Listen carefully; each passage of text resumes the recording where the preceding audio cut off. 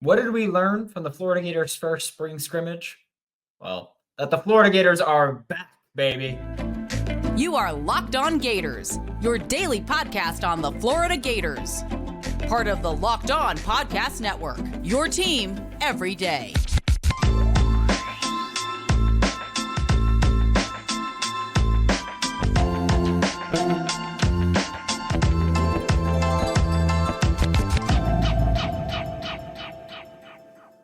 Hello and welcome back to another episode of Locked On Gators, part of the Locked On Podcast and Network, your team every day. Thanks for making Locked On Gators your first listen of the day every day. We are available daily and free wherever you listen to podcasts and on YouTube. Happy Monday. I'm Brandon Olsen. Today's episode of Locked On Gators is brought to you by GameTime. Download the GameTime app, create an account, use code LOCKEDON for $20 off your first purchase. And like I said, we're going to talk about the Florida Gators' first spring scrimmage, which I'm telling you now, at some point, I'm going to accidentally say spring game. It's going to happen. Just know that. But based on obviously it's not fully open to everybody, but based on the various reporting sites, what I've been told, and Billy Napier's press conference afterwards, one of the main things that we're hearing is that Damen George still ain't it. And this was always a possibility, and obviously it's still a possibility that it changes and that he develops and becomes more reliable. But for all accounts, Damen George's transition to guard has not been as smooth as, well, Gators Twitter likes to make it seem. And this is a conversation that we've had on this show before. This is a conversation that we've had on Twitter before. This is a conversation where if you've been in the Twitter space with me, you've probably heard me say it, of Damen George's move from tackle to guard. So many people just went, oh, well, he's a natural guard. Like he's a natural guard. That's his natural position. He's going to be so good at guard. First off, no. He's not a natural guard. He's a natural tackle because guess what? That's what he's played his entire career until now. Like we've been trying to say on this show, we don't know that Damen George will be better at guard. We don't know that he'll be good at guard. We don't know. One thing that we do know is that he isn't good at tackle. That's why he had to move to guard. Because maybe he'd be better at guard than tackle. And we know he's not good at tackle. And again, there's still definitely a possibility of him developing and getting comfortable at guard, which again is not his natural position. Like he's learning how to do it. And one of the main issues that he had at tackle was his pass protection was just atrocious. And at guard, you can kind of hide that a little bit with help from center or tackle, whatever it may be. But he's not a very good pass protector. We saw Jared Verse throw him into Max Brown during the Florida State game. Dudes on the interior pack a lot of punch too, right? So that's always going to be an issue, or at least while he's at Florida, it's going to be an issue. It's really hard to gain that amount of strength and that amount of skill in such a short amount of time. However, he can still become a starter quality guard here. Like, I don't want to write him off, but from what we've heard about the spring scrimmage, still going to be an issue, still going to be a concern for him in pass protection, which isn't something that you can do anymore. It's just, you can't be a liability there. If this was a decade ago, you could be a really bad pass blocker. As long as you're a really good run blocker, which Damen George is a pretty good run blocker. But you could be a really bad pass blocker, and we just go, okay, so that's fine. Just run it behind him, and it offsets the value there. Not a thing you can do anymore. Brandon Crenshaw-Dixon and Devin Manuel are playing both tackle spots. They're kind of rotating in right now, especially while people are banged up. Austin Barber did not participate in the spring scrimmage because he's banged up. Fletcher Westphal was running with the twos because of it. But there was one other thing that Billy Napier said in his press conference after the spring scrimmage that really I keyed in on. And I don't know if I keyed in on it because I've been saying this since he got to campus, but Rod Kearney. has been practicing at both center and guard, which I love. Because, and I know that there's a lot of people who go, oh, like he should start at center over Jake Slaughter. Makes no sense. There's literally nothing you can do to back up that statement other than say, I have no evidence or supporting facts. I just want it. That's the only thing you can do to back that up. Because there's not film on Rod Kearney playing at the college level. There is film of Jake Slaughter playing at the college level and doing it pretty damn well. So if anybody tells you that Rod Kearney should start at center, just ask why. And when they say weight, no. And weight as in like size. Just say no. That's not a good enough reason to start someone at center. But I will say that Rod Kearney showed a lot of promise in high school. Everything that we've heard about him in Gainesville has been that he's been impressive. Like he was Jake Slaughter's backup last year. But he's been practicing at center and guard, and I love that because when he was in high school, he put out damn good film at guard, right? Then he got to Florida and he moved to center. Najee Harris moved from center to guard, right? And Rod Kearney has been at center. He had a wrist issue, I believe it was last year, which especially sucked because he has to snap the football and he was not able to. And that's one of the reasons the spring game was so ugly for the offense was that he was participating banged up. But I do believe that he deserves the opportunity to play guard as well. And it's not out of the question to go, oh, you're guard 1, but center 2. Like that's been a thing in college before. That's been a thing in Florida before. So it's not out of the question to do that, which is why I think you should. Like you've got to put your best 5 out there for your offensive line, right? Like whatever 5 gives you your best combination, your 5 equals 1, whichever gives you your best offensive line, whichever 5 players give you your best offensive line unit, you have to put out there. And if Rod Kearney gives you that over Damen George, then he does that. If Najee Harris and Rod Kearney go out there as our starting guards on August 31st against Miami, then they do that. But I do like that the coaching staff is allowing Rod Kearney to play both spots on the interior there at center and guard. Because it was seeming like it was going to be kind of just, he's your backup center. Deal with it. But him playing guard at least gives you that option. Like that's what I'm asking for. Just give him the option. I'm not saying give him a starting spot.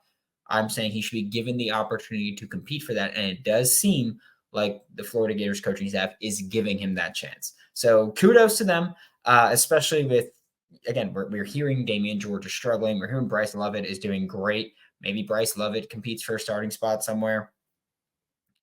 Who's to say at this point what it can be? Again, the thing with Florida has been compared to last year, why I think Florida's offensive line is in better position right now is because we don't know who's going to be the starting 5, but we kind of know who the top 8 or 9 offensive linemen are.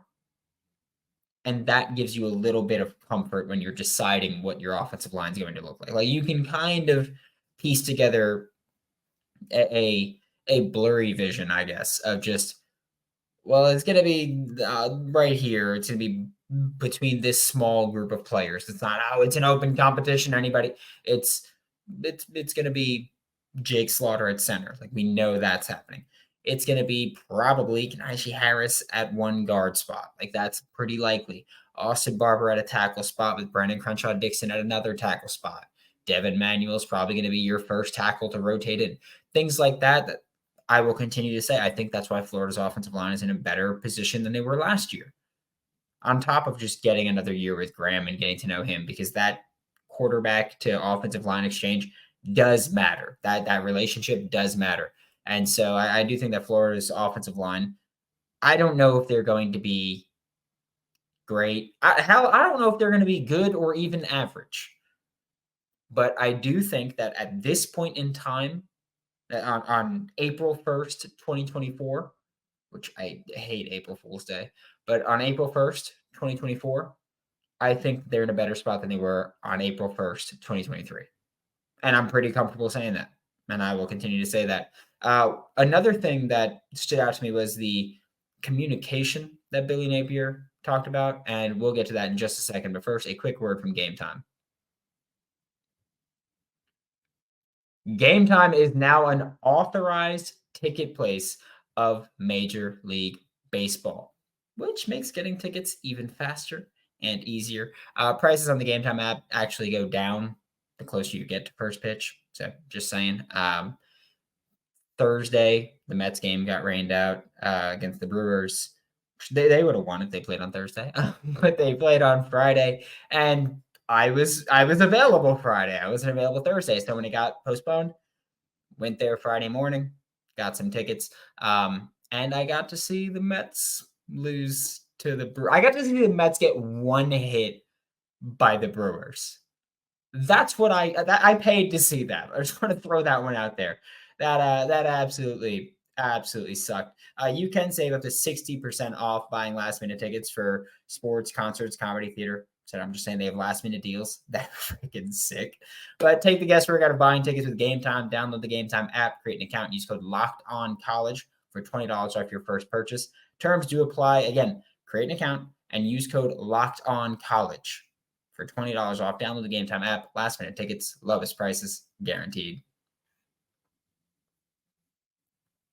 Thanks again for making Locked On Gators your first listen of the day. We are available daily and free reviews in the podcast and on YouTube. And like I mentioned, communication was something that Billy Napier talked about, and I feel like it kind of went under the radar with a lot of people, but it's maybe expected, but still significant, if that makes sense. Ron Roberts, head coach of the defense, was in the booth, these upstairs, That's something that I do think we're going to get on game day. And we said that on the show when Ron Roberts got hired by Florida. It was, hey, don't be surprised if he's the one that's in the booth. Like you have two coordinators. One of them should probably be in the booth, which we've said, hey, we think Russ Callaway will be, which to my knowledge, he was not doing anything upstairs during the spring scrimmage. But Ron Roberts was, and again, this is something that we talked about extensively, and I think it's awesome if he is, because when you brought in Ron Roberts, it was you're bringing him in to be I don't want to say the mind of the defense, because I do think that Austin Armstrong's football mind still is very good. I don't care about the tool. We don't have a toolbox, we have a tool shed kind of thing. I don't care about that speech. I do care that he's a well-respected young coach that rose up as fast as he did for a reason.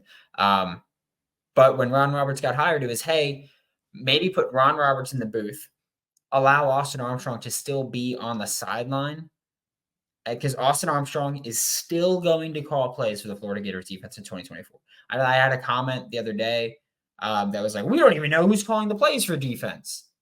We don't know who's calling the plays for the offense. We know who's calling the plays for the defense. When Ron Roberts got hired, Billy Napier said, Austin Armstrong's still going to call plays for the defense. But Ron Roberts is the head coach. The defense, he's going to run the day-to-day. He's going to help the game plan, do all that. But Austin Armstrong's still calling plays. So Austin Armstrong calling plays and Austin Armstrong just being in person. Like, we see him on the sideline. I know that so many people talk about like Billy Napier's demeanor, and they're like, oh, he's way too calm. He just sits and he's just sitting there and he's just stone-faced the whole time. And I hate that. There's no passion, whatever.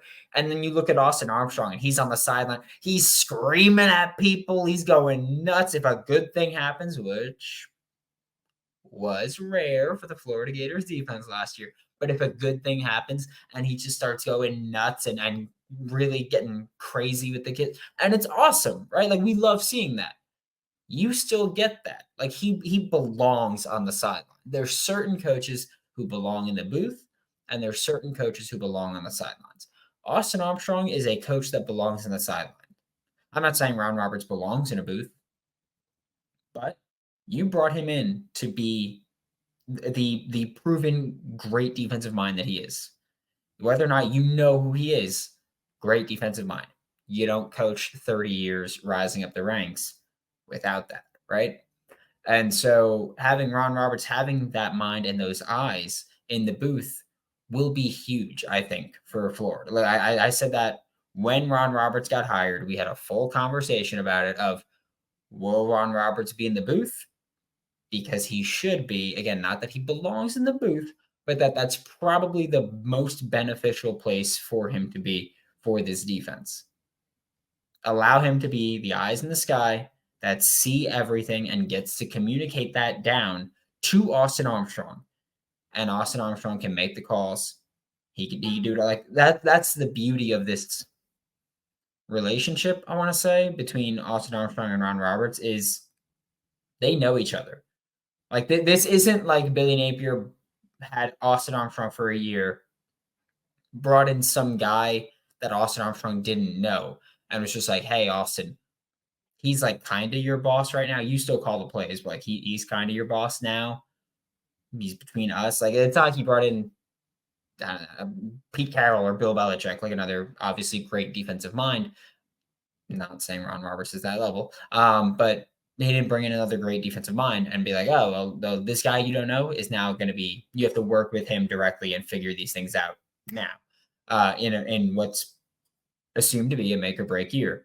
Now, he brought in his mentor to go in there and be able to communicate that. So I do think that adds a lot to this. I think it adds a lot of layers to this that while you add layers, make it simpler in a way.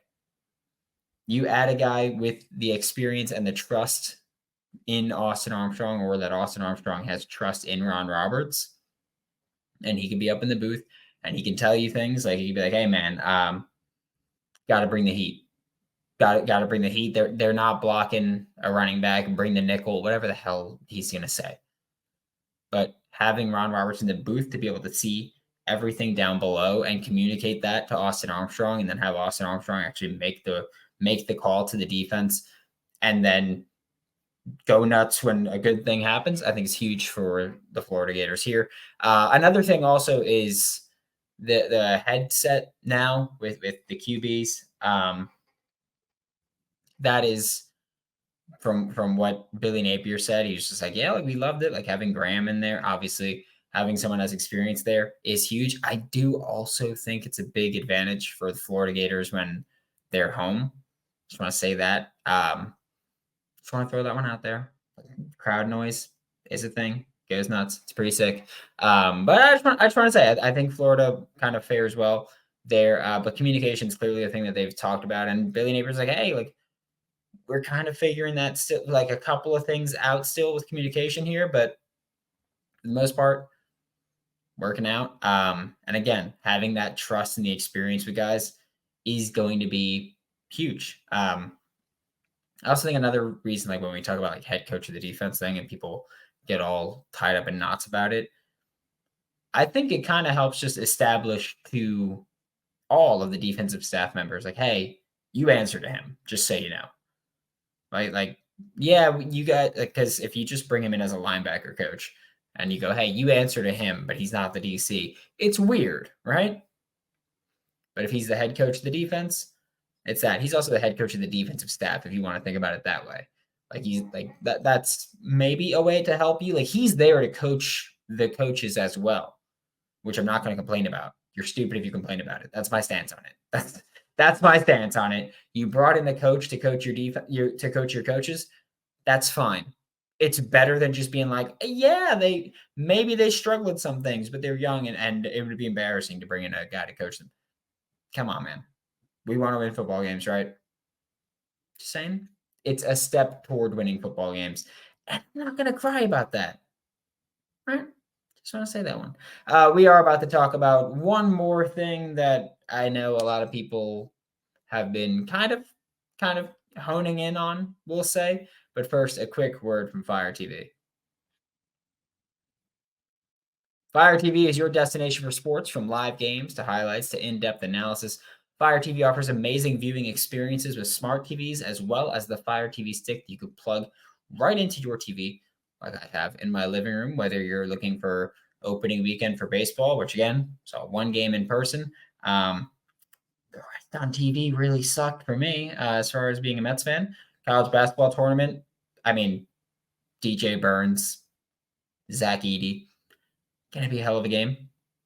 You're going to want to have a Fire TV. Fire TV recently created Fire TV channels to deliver a constant supply of the latest videos from your favorite sports brands, all for free. That includes all of us at Locked On and most of the big pro leagues and college conferences as well. Fire TV channels let you dive into all of the in-game analysis, highlights, and more to keep up to date on all the latest in the world of sports. Also, they got great entertainment channels, news, gaming, travel, cooking videos. To check out Fire TV channels on Fire TV and Alexa devices. And if you haven't checked it out, just saying, you should. To learn more, visit amazon.com/lockedonfiretv.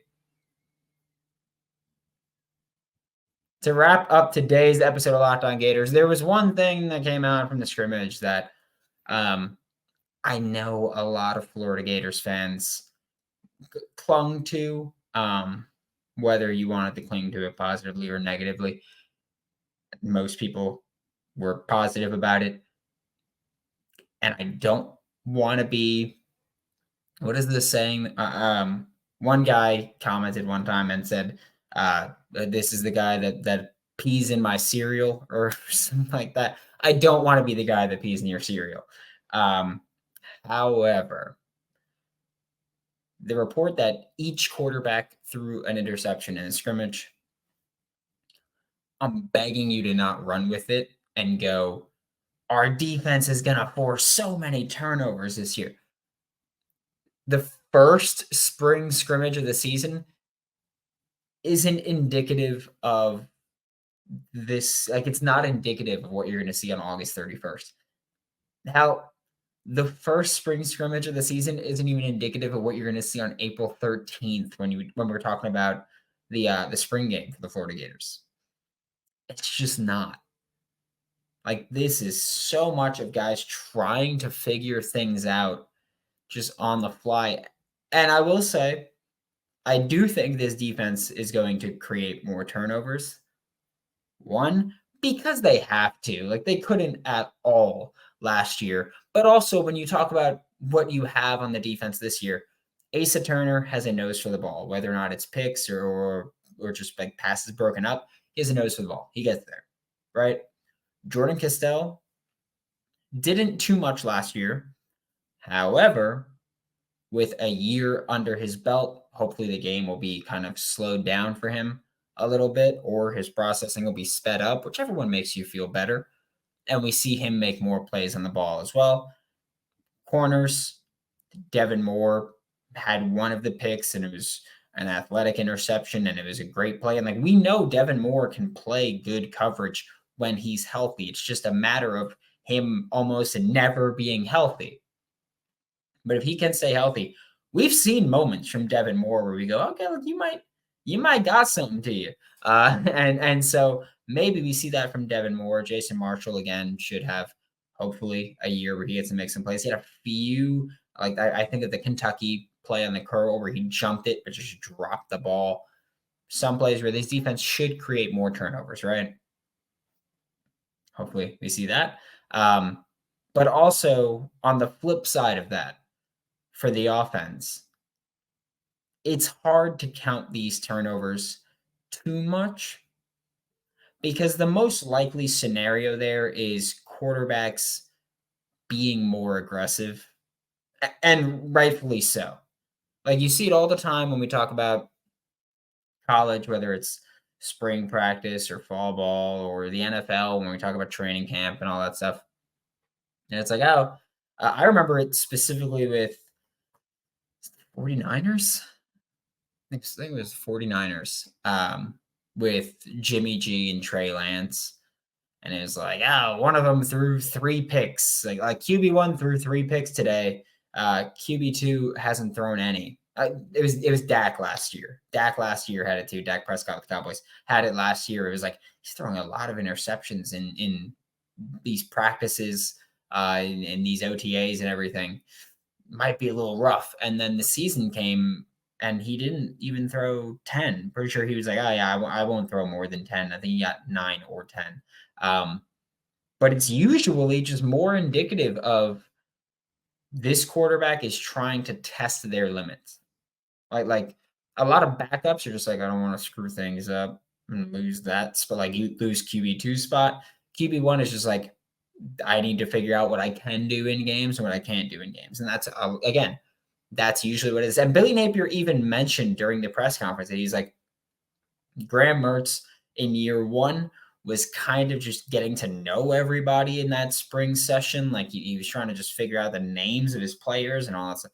And then he's like, year two now, he's trying to find more calculated risks. Like he spent the first season being really conservative with the ball, basically being a check down Charlie, and just trying to not make mistakes, not give the ball to the other team, right? Because especially when you have a pretty bad defense behind you, you can't really give the opposing offense more opportunities, right?